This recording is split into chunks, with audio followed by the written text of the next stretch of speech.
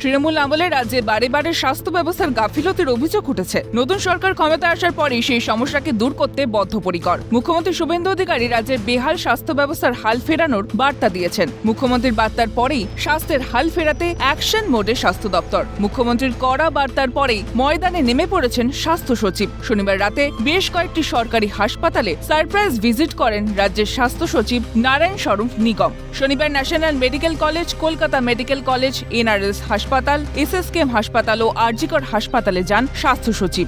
Medical কলেজগুলির অধ্যক্ষদের সঙ্গে কথা বলেন স্বাস্থ্য সচিব। পাশাপাশি হাসপাতালগুলির পরিকাঠামো খতিয়ে দেখেন তিনি। পরিষেবার আরও উন্নতির জন্য একাধিক হাসপাতালের হাতে তুলে দেওয়া হয় অ্যাম্বুলেন্স।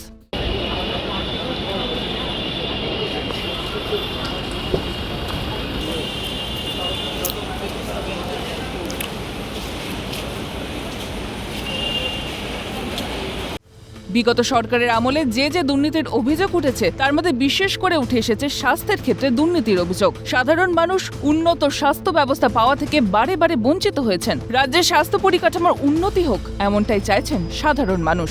বিক্রান্ত রায়ের রিপোর্ট, ক্যালকাটা নিউজ।